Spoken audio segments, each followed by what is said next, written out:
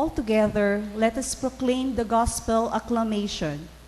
The seed is the word of God. Christ is the sower. All who come to him will live forever.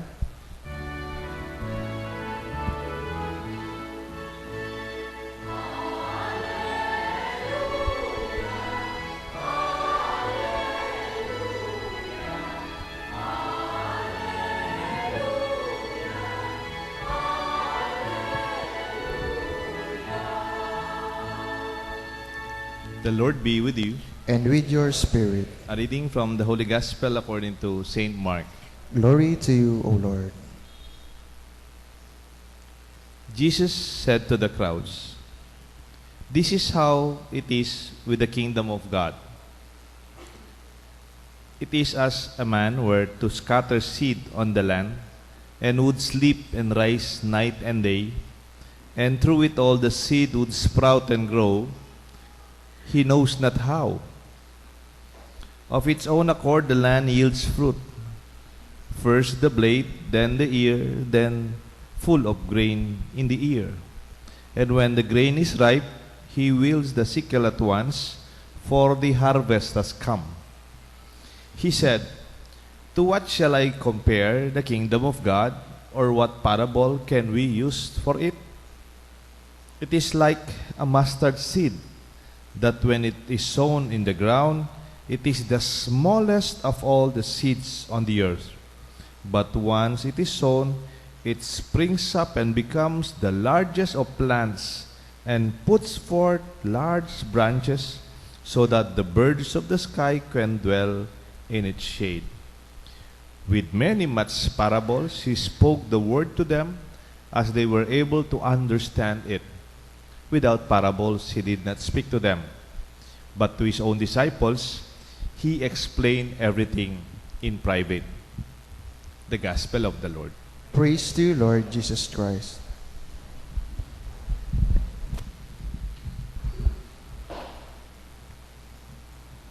In the name of the Father, the Son, the Holy Spirit. Amen. Magandang umaga po sa inyong lahat. Ang gospel po ngayon parang agricultural seminar ng pagtatanim na hindi biro. No? Alam nyo, dito sa St. Jude at sa mga subdivision ninyo, mga village, walang masyadong naitatanim. Kung meron man tayong nakatanim, yan. Paso, yan. Mga simple gardens. Not like the gospel that is really talking about seedlings that bears fruit, that yields its own growth and bears fruit.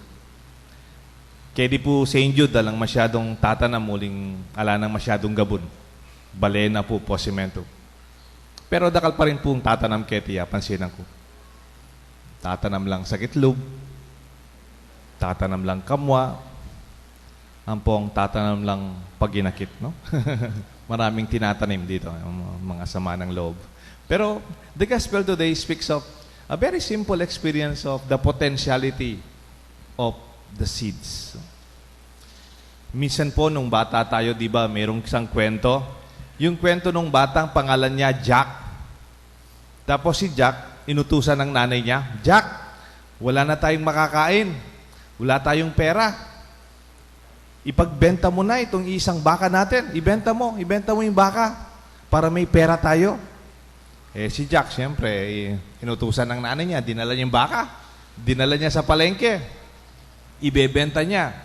May nakausap siyang matanda, parang hermitanyo. Sabi niya, "Jack, I will give you these magic seeds. If you plant them, you will see a wonderful destiny and wonderful blessings as you plant them." And yun ang ginawa ni Jack. Kinuha niya yung seeds, binigay niya yung baka. Nung umuwi siya, sabi ng nanay, "Jack, did you sell the cow?" "Mommy, yes, they gave me seeds." Sabi ng nanay, "What seeds? Anong gagawin mo sa mga butong? Walang mangyayari dyan." Nagalit ang nanay. "Where is the money?" "Nasaan yung pera?" "Ito po, binhi." So nagalit yung nanay, kinuha niya yung mga beans, tinapon niya dun sa likuran ng bahay nila, napagalitan si Jack. Wala siyang inuwing pera. Ang inuwi lang niya po, mga seeds.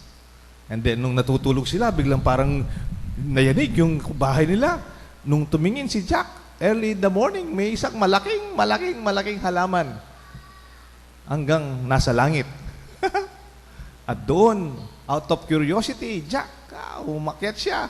At nakakita siya ng isang castle na mayroong, it is like the duck that lays the golden egg. Kaya lang, may nagbabantay na giant, no? Naghabulan sila at of course, it did not come easily. He struggled and yet nauwi sa nanay niya yung the goose that lays the golden egg. Parang ganon. Parang yung kwento ng bata, yung sometimes it gives us the insight that seeds gives us potentials beyond the immediate. Kasi marami sa mga bata ngayon, gusto nila instant success. Instant success. Kaya ayaw nilang makipagtrabaho minsan kasi gusto nila manager kaagad. Magtanong-tanong kayo dito sa mga kabataan. Magtanong kayo sa mga kilala nyong successful na tao dito. Itanong nyo paano sila nag-umpisa. Itanong nyo their humble beginnings. They will be very happy to tell you. And they will also teach you the lesson of the gospel today about the potentialities. Baka naman kasi tayong mga magulang, we also teach them instant gratification, that they don't understand the process that they have to go through. Minsan po, nag-bless ako ng bahay. Di nag-bless po ako ng bahay. Tapos po, siyempre, pagkatapos ng blessing, maghahagis po sila ng barya, pera, pero may kasamang candy. Candy. Yung candy, medyo maganda yung pagkarap, medyo attractive sa mga bata. So, nung nagano na yung mga tao, yung kinukuha na yung mga candy at saka mga barya, yung bata, kamukha ng mga batang nandyan, very attracted siya sa mga candy. So, ang ginagawa po ng bata, pinupulot niya yung mga candy. Siyempre, yung gusto ng bata, siguro mga malit pa lang. Sabi nung magulang niya, baby, wag candy, pera. Sabi ko sa sarili ko, wow, it's too early to teach them going after the coins. No? Pabiyan mo muna their age, let them enjoy, no? Enjoy the grace of being children. Because sometimes we always look at three perspectives in life: the former, the actual, and the potential. May mga taong nabubuhay sa nakalipas. Ang tawag dito, fixation in the past.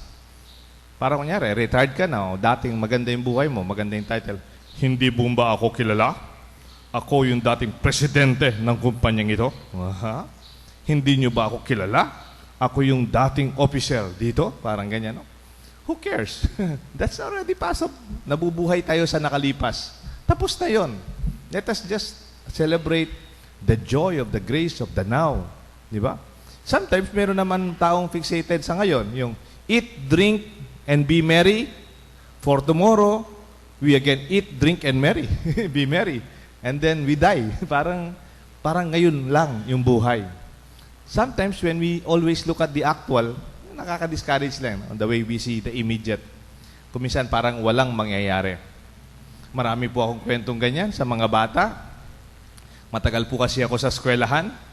Mayroon isang bata, nag-umpisa sa magandang eskwelahan. Tapos lumipat pa sa isang eskwelahan. Tapos nalipat pa sa isang eskwelahan. Ang dami niya pong kalokohan. No? Bata pa lang. Pinagdadala sila ng favorite pet. Picture. Picture ng favorite pet nila. Kunyari, aso, lovebird, yan. Cute. Talagang loko-loko po siya nung bata siya. I think, elementary pa lang. Alam niyo kung ano nung dinala niya? Hindi picture. Ahas. Talagang ahas. Linabas niya. May gulula po, kikskwela. Talagang kasalba yan. Talaga din yung ito. Father, nang malyari kaya na akong ini. Kalat ng kalokohan. Maliit pa lang, no? You know, I'm very happy. Minsan, kinasal ko po siya. Bininyagan ko yung anak nila. Umuwi sila. Ngayon po, siya ay isang successful aircraft maintenance engineer sa Middle East. And he's very responsible. Sometimes, when you see the actual, kaya mangyari ka rin anak ko. Sometimes, when you see the actual, what would happen with this situation? And yet, you see in all its time, the potential is something that we should appreciate. Sabi nga ng gospel, yung second reading natin sa 2 Corinthians of Paul 10:6-15. Sabi po niya, walk by faith, not by sight. You walk with the eyes of faith, not only with the literal things that you see with your eyes. When you see from the perspective of what you believe, then it will happen. Especially if you are a positive thinker. Marami kasi mga taong pessimistic, no? Maganda nang nangyayari, wala pa silang nakikitang maganda. Don't be swayed by them. Always be with people who see things positively. Sabi nga po ni Saint Augustine, yung kapitbahay natin, sabi po niya, and I quote, faith is to believe. Can you help me together? Faith is to believe that we do not see. And the reward of faith is to see what we believe. Maganda po yan. Pag nakikita mo hindi masyadong maganda, maniwala ka. Something good will happen. And if that is what you believe, all your energies will be going towards the positive. And it will happen. And I witness a lot of stories of people who always see this. Naalala ko po yung kwento nung bata tayo. Meron na naman po akong kwento para sa mga bata. Baka nainip na sila. Nung bata tayo, di ba, may kwentong matchin at saka yung pagong. Yung matchin, wais, matinik, mabilis siyang umakyat. Yung pagong, matanda, mabagal. Hindi siya wais, pero yung pagong, wise. May wisdom. Sabi ng matchin, sa akin na lang yung bunga at saka yung mga dahon. Kasi hindi ka nakakaakyat sa puno, sa saging, sa'yo na lang yung sa baba. Yan, yung mga roots. No? It is not very attractive. Marumi yung roots. No? Nasa ilalim, di nakikita. And then, the rest is history. Pagkatapos naubos yung bunga, tapos nalanta yung leaves, wala na. One time, big time. Pero yung pagong, we know that, medyo it took time, naghintay siya, hindi lang isa, hindi lang dalawa, it even sprouted more. Tawag dyan, suli, no? Nagkaroon pa ng babies na bagong bananas na lumabas. The potential. Teach your children not only see the immediate, but to see the potential of things that sometimes are not even beautiful and ideal. Mayroon pong panahon, nag-aaral po ako sa isang business school. Ang pangalan yata, Asian Institute of Management. Minsan binibiro ko yung mga teacher ko, matanda na ron. Ancient business, Ancient Institute of Management. Sabi po ng isang teacher ko, in-invite ko po yung professor ko dito, nagbigay ng lecture dito sa Pampanga. Tapos po, bagong-bago yung SM. Alam niyo yung SM, no? Bagong-bago nun yung SM. Sabi po sa akin ng teacher, di ba po yung dating lugar ng SM, wala namang nakikita dyan, talahib, di ba? Madilim, di ba? Wala kang nakikita. There's nothing that you see. Tapos, sabi po ng professor ko, tell me, Deo, what did Henry see that you, Kapampangans, did not see? No? What did Henry see that you did not see? Sometimes, a good businessman, a good leader, see the potential far beyond what we see. O nga naman, no? Pag tignan mo lang, simpleng lupa na didadaanan, kamukha ng iba, pero we did not know now. It is a center of a lot of business and recreation in Pampanga, even Central Luzon. I think a good leader, a good father, a good parent would always see something beyond the immediate. And that is the inherent goodness that we have. Kaya nga, naalala ko, sa Chicago, mayroon siyang school. High school po siya. Yung sa ibang school, ganito lang yung kanilang mga grade. Pass, high pass, fail, ganon. No? Pass, low pass, high pass. Tapos yung kapat, fail. Ganun lang, no? Yung sa kanila, ganito po yung grade. Pass, high pass, low pass, tapos walang fail. Ang nakalagay, not yet. Kunyari, nag-exam ka, bumagsak ka, di ba? Bagsak. Hindi niya gagamitin yung term. Ang nakalagay, not yet. Yung hindi mo nakuha ngayon, subukan mo bukas. I'm sure you will get it again. Sometimes we fail, isn't it? Sometimes you do not get it in the first time or even the second time. But always believe it's not yet time. Because there is that wonderful opportunity that the longer view, the seed and the yeast, it will come. Darating din ang panahon. Kaya lang hindi natin may schedule. Halimbawa, nagtanim ka ng mangga o nagtanim ka ng santol. Hindi mo man masasabing by April 2016, 5 o'clock in the afternoon, ang mangga ay magkakabunga. You do not know.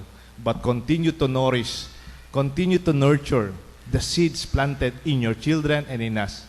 And someday, sabi nga ng gospel, and even first reading, second reading, even the partner do not understand how they continue to sprout and grow and will bear fruit in due time. Kaya nga sabi po ng isang matandang pari sa akin, Deo, the best is yet to come. No, medyo palungkot-lungkot po ako nung panahon ng pinatubo. Talagang palungkot-lungkot po ako. Gagawa ka ng, magkakaroon ng evacuation center noon. Tapos lilipat nyo kasi nalalahar. Tapos mayroon po mga project na, simpleng project na, ano yun, yung, nung panahon ng pinatubo, yung parang ginagawa nating mga dike to protect Bacolor and San Fernando. Yung nakasakong sandbagging. Oh, sandbagging yan. Magaling po kami sa kanya, no? Mang sandbagging. Tapos nawawash out lang, no? Nakaka-discourage. Nag-open up ako dun sa matandang pare. Parang nakaka-discourage ang ginagawa namin dito sa pinatubo. Sabi ko, nung bagong pari po ako. Sabi po nung matandang pari sa akin, Deo, don't worry. The best is yet to come. Looking back after so many years, di ba? Mount Pinatubo Day bukas. Anniversary ng Mount Pinatubo. We look back, we have gone a long way. And still, the best is yet to come for Pampanga and for all of us. Gusto ko lang po magtapos dun sa karanasan ko nung na-stroke po ako. Sorry, medyo personal po yung sharing ko to. May time po na I was very conscious sa health ko. Nagsasajogging po ako. Jogging, magbabadminton, nagpapabadminton po ako noon. Medyo pabili-bili ako ng mga sapatos pang badminton. Yan. Tapos, nagsasalad-salad po ako noon. Salad-salad. Healthy lifestyle po ako. Kasi yung tatay ko na-stroke, yung lolo ko na-stroke, even recently, yung kapatid ko na-stroke. Minsanan po. Ako lang yata yung nag-survive dahil siguro marami pa akong kasalanan, no? Pero, kaya sabi ko, I have to take care of myself, no? Pero na-stroke pa rin po ako.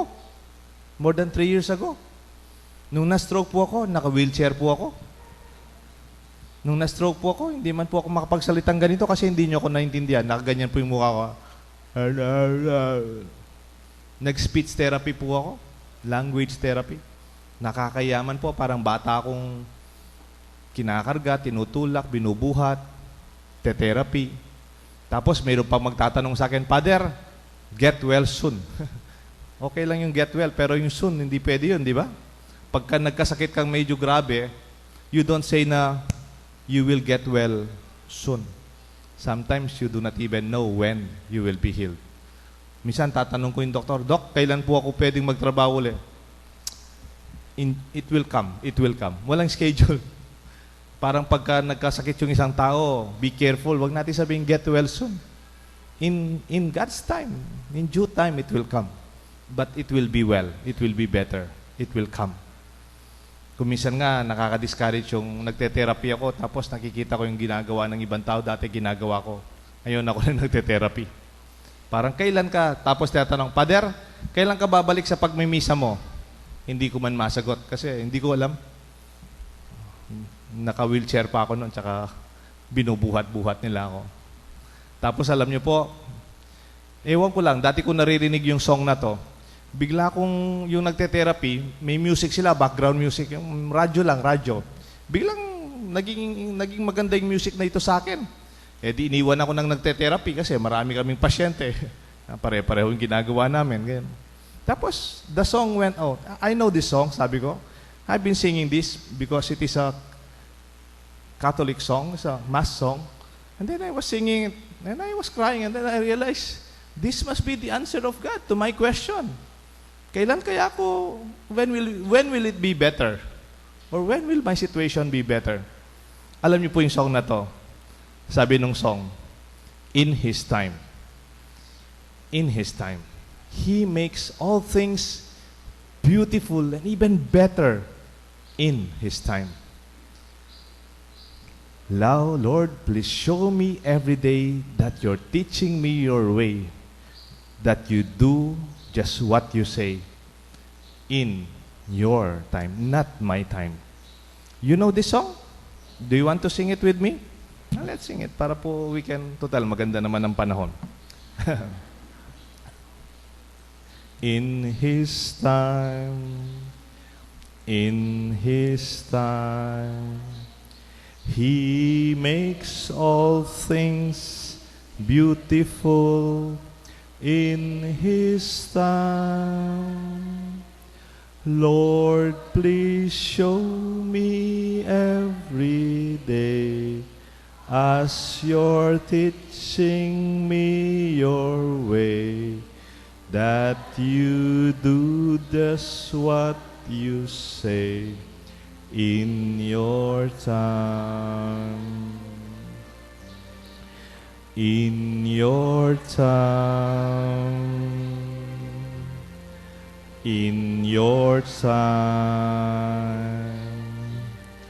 You make all things beautiful in your time.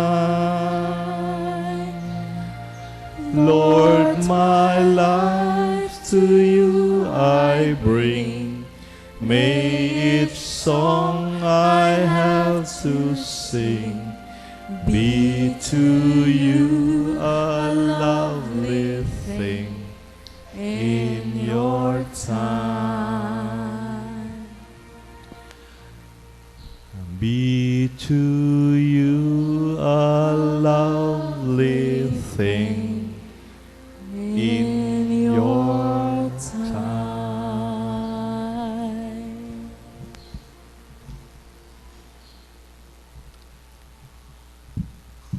Let us all stand for our prayers. Together we profess our faith. I believe in one God, the Father,